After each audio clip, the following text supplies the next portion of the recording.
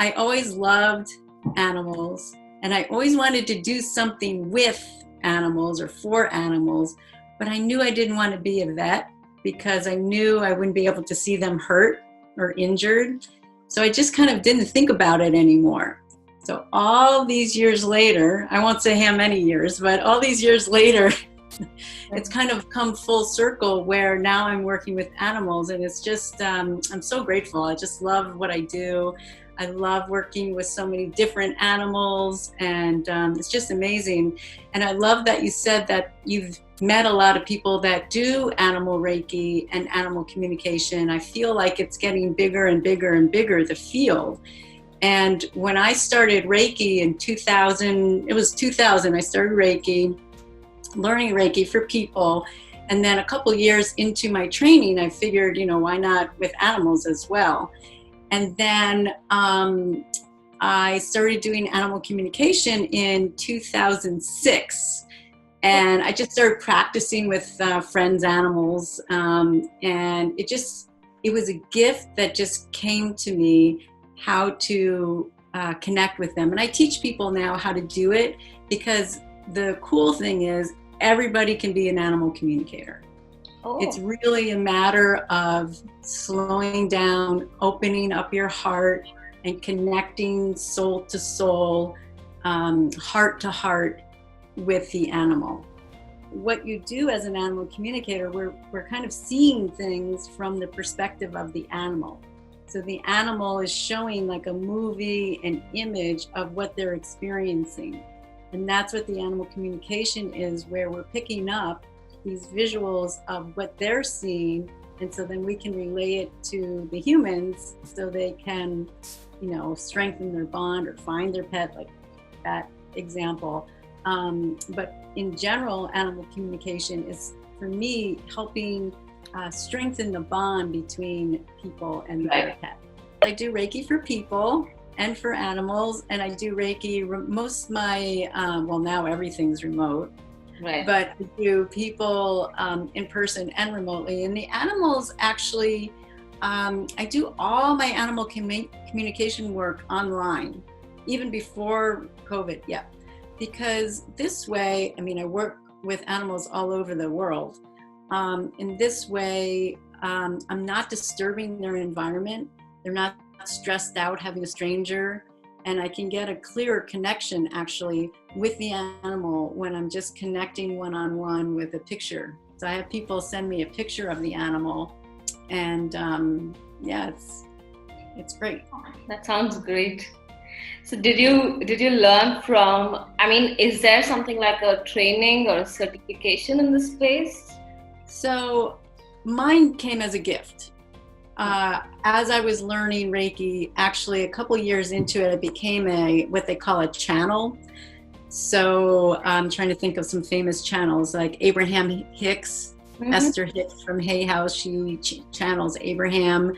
I can't think, Paul Selig is a channel. There's many of us. So I started to just be able to channel, and I thought, well, if I can do this for people, why not animals? So that's when I started practicing. And so it's kind of a combination. I do regular animal communication, and I do the channeling.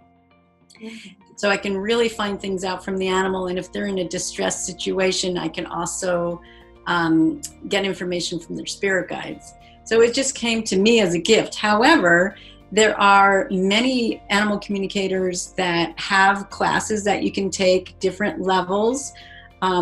Again, I teach it as well.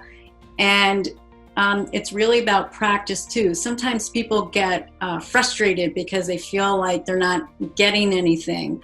But it's just like, you pick up an instrument, you don't know how to play it, you know, right away. And the same thing with trusting your intuition and learning animal communication. You just have to keep practicing with as many animals. And it's also good to practice with animals you don't know. Right. So you can verify the information with the person, and it'll start building your confidence. And there's also a lot of books. Actually, before I said I was an animal communicator, I thought, maybe I should read a book on this to see if this is actually what I'm doing. So there's many animal communicators that have been out in the world for a long time. So I started reading all these different books, and everything that they said, all the steps to do to communicate, to connect, I was already intuitively doing. So I was like, okay. Right.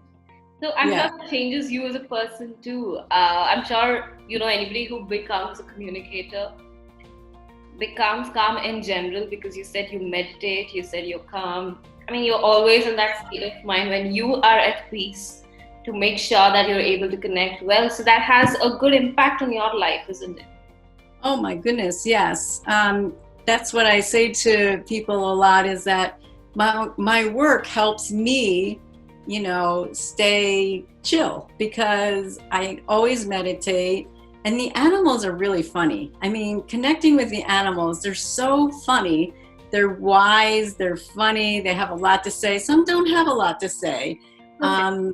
But it's really a blessing, to be able to connect with them, because it's, I was on the phone the other day, just me and the person, we were just cracking up because this animal was really funny. I mean, So, yeah, and again, I just want to encourage people to find a book on animal communication and start slowly. And there's people that have exercises that you can do on a daily basis to, help you feel more positive about your results and stuff like that.